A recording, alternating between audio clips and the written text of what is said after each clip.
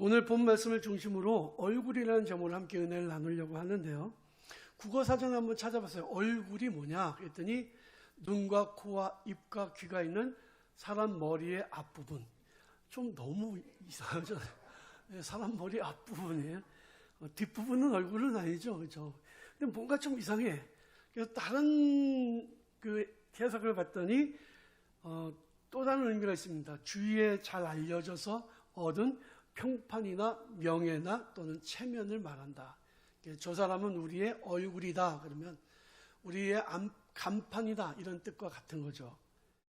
그런데 사실 얼굴이란 말은요, 한자어가 아니라 순우리나라 말입니다. 함석헌 선생님이 이걸 해석을 했던 기억이 나는데, 얼이라고 하는 것은 정신, 영혼, 생각 이런 것들을 의미해요. 그래서 무슨 큰 사건을 만났을 때 정신이 나갔다 그러면 이 사람은 얼빠졌다 이런 얘기 하잖아요. 네. 얼굴, 얼은 정신이라는 거 알겠는데 그럼 굴은 뭐냐? 우리 얼굴에 굴이 되게 많잖아요. 눈도 구리고 코도 구리고 입도 구리고 귀도 구립니다. 이 굴에 영이 들어가 있는 거죠. 상태가 얼굴인 거죠. 그러니까 사실 돌아가신 분들은 얼이 나간 상태예요. 그 시신의 얼굴은 얼굴이라고 부르면 안 될 것 같아요. 그냥 굴이라고 불러야 되나? 어쨌든 사람에게는 영이 있으니까, 정신이 있어서 그래서 얼굴이 되는 거예요. 얼굴은 정말 중요하죠. 사람의 감정이 얼굴을 통해서 나타납니다. 여러분들 화가 나면 화난 얼굴이 있잖아요. 웃으면 재미있고 막 흥미로우면 얼굴이 흥미진진하다고 느껴지잖아요. 감정이 표현이 돼요. 뭐 울그락 불그락 빨개졌다가 하얘졌다가 막 이런 걸 보면 얼굴을 그 사람의 감정을 읽기도 하고 또 그 사람이 건강한지 안 한지를 알 수 있습니다. 아브라함 링컨이 말하기를 사람의 나이가 40이 넘으면 자기 얼굴에 책임을 져야 된다 라고 이야기했다고 하는데, 사실 얼굴을 보면 바라보기도 무서운 사람들도 있어요. 우리 얼굴은 바라보면 언제나 좋은 친구. 문화방송. 얼굴은 보면 저 사람은 예수 믿는 사람이구나, 그리스도인이구나, 이게 그냥 보일 수 있어야 된다. 사실 코로나 시국에 다들 마스크를 쓰고 다니니까 눈밖에 안 보입니다. 그러니까 우리는 눈웃음을 잘 쳐야 됩니다. 사실 감정의 표현이 여기만이잖아요. 제가 언젠가 말씀드렸잖아요. 우리나라 사람들은 마스크의 덕을 많이 보고 있습니다. 다 미인인 것 같고 미남 같아요. 마스크를 벗으면 아닌데, 우리 새 가족들이 교회 오시면요, 제가 사진을 찍는데 마스크를 쓰고서 찍잖아요. 벗으시란 말을 못 하겠더라고. 나중에 코로나가 끝나고 마스크를 벗게 되면 저분이 우리 교인이었나? 아마 그런 일들도 있을지 모르겠어요. 또 그동안에 코로나 시국에 이때다라고 생각해서 성형수술을 받으신 분들은 나중에 벗게 되면 정말 모를 수도 있겠다 이런 생각을 합니다. 얼굴은 정말 중요한데요. 성경 속에서 얼굴에 관한 말씀이 많이 나오는데, 야곱이 자기 삼촌 라반의 얼굴을 봤더니 안색이 전과 같지 않더라. 안색이 변했더라 라고 하는 말씀이 나와요. 야곱은 자기 삼촌의 얼굴을 보고 삼촌의 감정을 읽은 거죠. 그러니까 야반도주를 한 겁니다.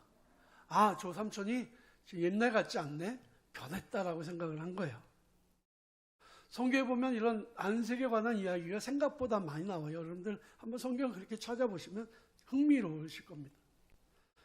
그런데 성경에 제가 정말 얼굴과 관련해서 제가 감동이 되는 말씀이 있어요. 고린도전서 13장 12절 말씀.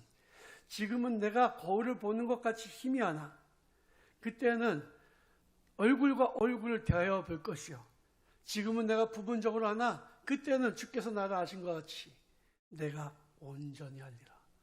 이 말씀을 묵상하면서 막 몸에 전율이 올라요. 거울을 보면 왜 희미하게 보일까? 청동 거울을 보니까 당시의 기준으로 희미한 거죠. 지금은 너무 투명해서 내 얼굴이 그냥 있는 그대로 다 보여주잖아요.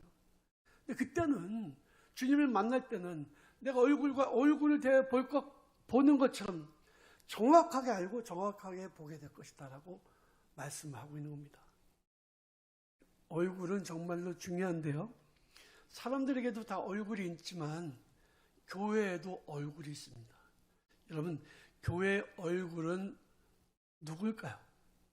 대답 한번 해보세요. 교회 얼굴은? 네. 목사라 그럴 줄 알았는데 목사도 맞고요. 성도들 한 사람 한 사람이 다 교회 얼굴입니다. 여러분들이 만약에 세상에 나가서 나쁜 일을 한번 해보세요. 그러면 야, 교회 다니는 것들이 저래? 이런 소리 당장 오잖아요. 근데 여러분들이 착한 일을 하면 야, 저 사람 어느 교회 다니는데 믿는 사람이래, 이런 얘기를 들을 수가 있을 거예요. 사실 뭐 그런 착한 일을 하면 교회 얘기 잘 안 해요. 세상이 그런 거 별로 좋아하지 않으니까.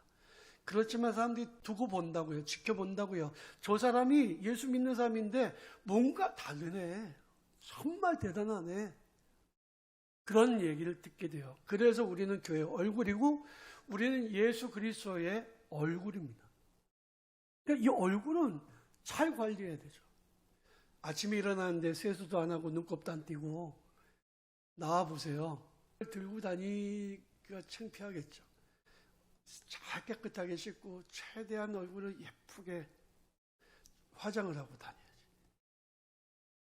교회 성도가 세상에서 자기는 조금 연약한 게 있고 죄가 좀 있어도 자기 성질대로 살지 않고 자기 하고 싶은 대로 살지 않고 그래도 화장을 좀 하면서 사는 거예요.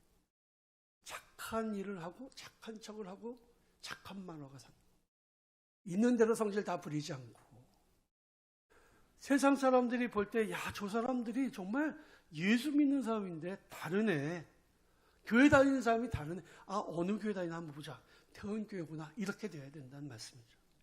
저와 여러분들 모두가 교회의 얼굴입니다. 그래서 사도 바울은 고린도후서 2장에서 너희는 그리스도의 향기다. 너희는 그리스도의 편지다. 라고 말씀하고 있어요. 여기서 한 가지 더, 너희는 그리스도의 얼굴이다. 라고 말씀하셨을 거예요. 몸은 옷으로 감출 수 있습니다. 얼굴은 드러나는 것이에요. 우리 성도들이 착한 일 하면 그대로 드러나고 나쁜 짓을 해도 그냥 그대로 드러나게 되죠. 그래서 우리가 어떻게 살아가야 되는가? 우리가 교회의 얼굴이고 주님의 얼굴이라는 사실을 늘 기억하고 살아가야 됩니다. 제가 어제 페이스북에 작정하고 올린 글이 있어요. 성도는 온라인에서도 성도고 교회에서도 성도다. 목사는 교회에서도 목사고 세상에서도 목사고 온라인에서도 목사다. 하도 같지 않은 사람들이 막 페이스북에서 이 얘기 저 얘기 하고 막 분열을 시키고 막 상대방 욕을 하고 막 이러는데 제가 요즘에 아주 페이스북을 볼 때마다 속이 상합니다. 목사님들이 심지어는 막 분열을 막 부추기고 막 이러고 있어요. 제가 도저히 못 견뎌서 거기다 그렇게 올렸습니다. 목사님들은 교회에서도 목사고 세상에서도 목사고 온라인에서도 목사예요. 이게 목사님만 해당되는 일이냐 말이에요. 성도들도 교회에서도 온라인에서도 세상 속에서도 크리스찬이에요. 믿으시기 바랍니다. 교회에서의 얼굴과 세상에서의 얼굴이 일치가 돼야 돼요. 교회에서는 선한데 세상에서는 악해요. 이거 아니잖아요. 그리스도인답게 교회 얼굴답게 살아가야 됩니다. 오늘 본 말씀을 주의 깊게 읽고 그대로 사는 것이 중요해요. 제가 간단히 설명드리면 거짓을 버리고 참된 것을 말하라. 또 가난한 자에게 구제할 것이 있도록 자기 손으로 수고해서 선한 일을 하라.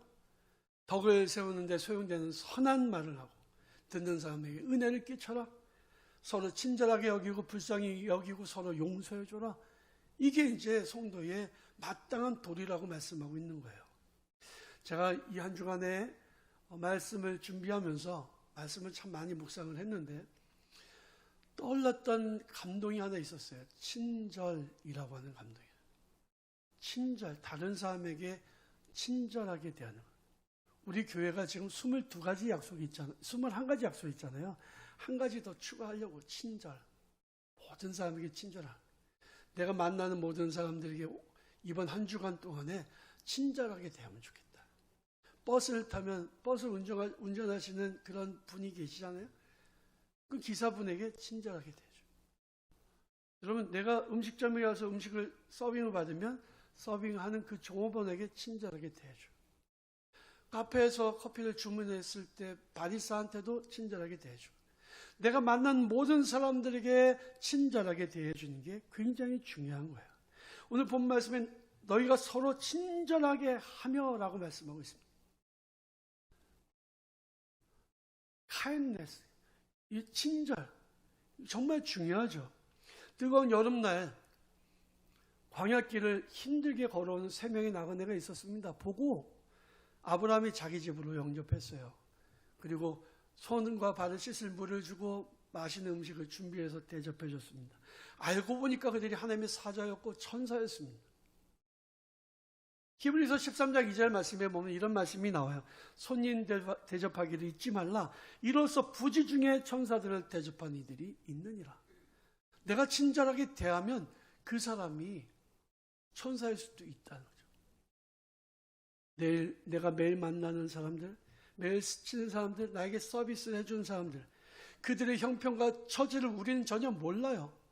그들이 퇴근 후에 집에 가서 목숨을 스스로 끊을지 우리는 모르는 거예요. 근데 내가 그들을 친절하게 대해주면 그들의 마음에 감동이 생기는 거죠. 내가 그들을 친절하게 대할 때에, 그들을 섬길 때에 우리의 친절을 통해 하나님께서 그들에게 어떤 역사를 일으켜 주실지 우리는 알 수 없는 겁니다. 사람들은 친절을 원합니다. 친절은 다른 말로 해석하면 섬김이에요. 여러분, 예수님께서 제자들의 발을 씻겨주셨습니다. 제자들이 놀랐어요. 우리가 예수님 선생님의 발을 씻겨드려야 되는데요. 가만히 둬라. 지금 이렇게 하는 게 맞다. 내가 이렇게 하는 것은 너희로 하여금 나와 같이 행하게 하려 함이라 라고 말씀하셨어요. 섬김을 받는 자리가 아니라 섬기는 자리로. 다른 사람들에게 친절을 받기를 원하는 게 아니라 친절을 베푸는 자리에 있는 것이 교회의 얼굴된 우리들이 있어야 될 자리예요. 예수님은 말씀하십니다. 앉아서 먹는 자가 크냐? 섬기는 자가 크냐? 당연히 앉아서 먹는 자가 크죠. 그러나 나는 섬기는 자로 너희 가운데 있도다. 우리도 주님의 손과 발이 되어서 친절을 베푸는 삶, 섬기는 삶을 살도록 주님께 초청을 받았습니다. 너희도 이와 같이 하라고 주님 말씀하십니다. 사랑하는 성도 여러분, 우리가 교회의 얼굴이고 주님의 얼굴인 것을 깨닫고 이 한 주간 내가 만나는 사람들에게 친절을 베푸시는 성도들이 되시기를 바랍니다. 둘째로, 우리는 교회의 얼굴이고 주님의 얼굴이기 때문에 사랑을 나눠줘야 됩니다. 그럴 때 관계가 형성이 됩니다. 전도를 해야 된다고 얘기하면 전도 다 했어요. 우리 가족들 다 교회 다니고 우리 식구들, 친척들도 다 예수 믿어요. 이런 분들이 있습니다. 잘하신 거죠. 한 가정이 구원을 얻는 게 얼마나 큰 축복입니까? 그런데 기억하시기 바랍니다. 내가 그 자리에 머물러 있기 때문에 더 이상 관계가 형성되지 않는 거예요. 사도 바울이 복음을 전하기 위해서 5차 전도여행을 갔습니다. 성경에 기록된 것은 4차 전도여행까지 있잖아요. 로마 감옥에서 나와서 5차 전도여행까지 갔다 왔다니 교회의 전설이죠. 왜 이렇게 많은 전도여행을 떠났을까요? 왜 많은 지역을 돌아다녔을까요? 한 군데 머물러 있지 않고 왜 자꾸 돌아다녔을까요? 이유가 뭐냐면 사람들 많이 만나 관계를 맺기 위해서. 교회를 세우면 그 교회가 잘 세워지면 거기에 사람을 세우고 또 다른 곳으로 갔습니다. 그들을 사랑하고 그들에게 사랑을 베풀어주고 그 교회를 세우고 그리고 또 다른 관계를 위해서 옮겨 다녔던 거예요. 우리가 사랑을 나누면 관계가 성장합니다. 하나님을 향해서요, 여러분들, 하나님 사랑합니다라고 한 고백의 기도를 한번 해보세요. 그러면 어떻게 되는지 아세요? 하나님과 나와의 관계가 좀 더 가까워져요. 한번 해보십시오. 하나님 사랑해요 라고 하는 기도가 하나님과 우리 사이를 훨씬 더 가깝게 만들어요. 밀접하게 만들어줘요. 내가 내 아내에게, 내 남편에게, 내 자녀에게, 내 부모에게 사랑한다고 한마디 얘기를 해보세요. 어색해서 안 하는 분들이 많아요. 그거 남사스럽게 내가 말해야 하나 지가 알 텐데. 아니, 말을 해야 알지. 말 안 하면 사랑하는지 몰라요. 느낌적인 느낌 그런 거 없어요. 얘기를 해야 합니다. 사랑한다고 말해야. 그런데 사랑에는요, 참 큰 힘이 있습니다. 사랑한다고 말 한마디 하면요, 진짜 그 사람에 대한 마음이 더 가까워져요. 신기하게도. 아무나 남의 남편이나 남의 아내한테 사랑한다고 하지 마시고 내 아내, 내 남편한테 사랑한다고 하세요. 사랑한다고 고백하면 힘이 나요. 성도님들이 기도할 때에 사랑하는 우리 목사님 이렇게 기도하면요, 제가 진짜 정말 마음이 와 진짜 막 그런 느낌이 돼요. 진짜 사랑한다고 막 그러면 제가 막 설레져요. 근데 어느 때 사랑한다고 기도했다가 어느 때는 우리 목사님 그러면요, 사랑이 식었나? 뭐 이런 생각이 듭니다. 말 한마디가 중요한 거예요. 여러분, 내가 하나님께 사랑한다고 하면 하나님과의 관계가 형성되고, 내 아내와 내 남편에게 사랑한다면 관계가 가까워지는 거죠. 세상 사람들과의 관계도 사랑을 통해서 가까워지게 되는 거죠. 하나님은 내가 세상 사람들과 좋은 관계를 맺기를 원하세요. 그들에게 인정받기를 원하세요. 왜? 그 일을 통해서 사람들을 주님 앞으로 인도할 수 있기 때문에 그렇습니다. 세상 사람들과 친해지는 방법이 여러 가지가 있죠.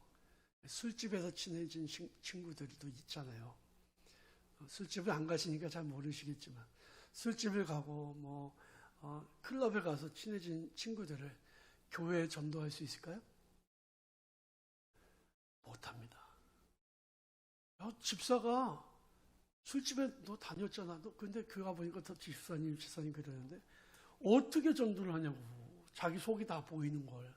그러니까 내가 술집에서 친구를 만나면요, 그 친구는 절대 내가 전도하지 못합니다. 절대란 말은 없죠. 할 수도 있겠죠. 그러나 정말로 힘든 거예요. 믿음의 길로 인도하는 사람이 먼저 그들에게서 신뢰를 받아야 됩니다. 적어도 영적인 문제에 있어서는 그들의 인정을 받아야 돼요. 세상에 속한 사람들은 안 보는 것 같아도 다 봅니다. 다 판단합니다. 왜? 얼굴에 그냥 드러나거든요. 숨길 수가 없어요. 우리는 그리스도인들은 숨길 수가 없어요. 마스크를 하고 좀 다녀도 보입니다. 안 보이지 않아요. 내가 신앙생활에 본이 되어야 그들이 외롭고 힘들 때 나를 통해서 예수 그리스도 앞으로 나올 수가 있게 되는 거예요.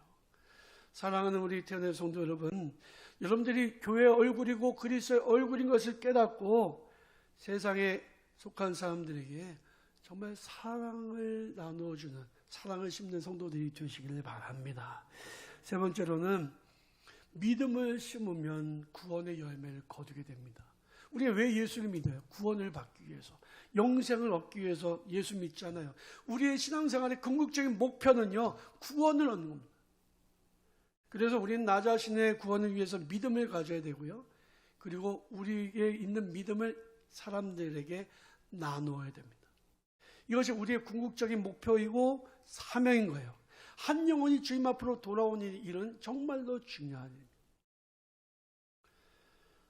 그가 영혼을 절망의 길에서 돌이켜서 구원을 얻게 되는 것은 오직 믿음으로만 가능한 일이죠. 예수를 믿는 사람들은요, 이 믿음을 세상 사람들에게 나눌 수 있어야 돼요. 그래서 친절하게 대하고 사랑을 나누고 그 다음에 믿음을 나누는 거죠. 단계가 믿음부터 가면 사실 쉽지 않습니다.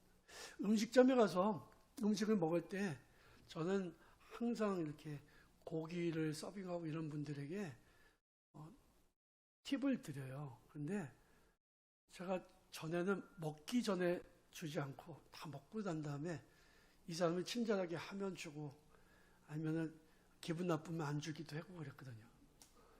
그랬는데 제가 어느 순간서부터 몇 년 전부터 마음을 바꿔 먹었어요. 먼저 주는 게 좋다고 어떤 목사님이 얘기하더라고요. 그래서 먼저 이게 팁을 드렸더니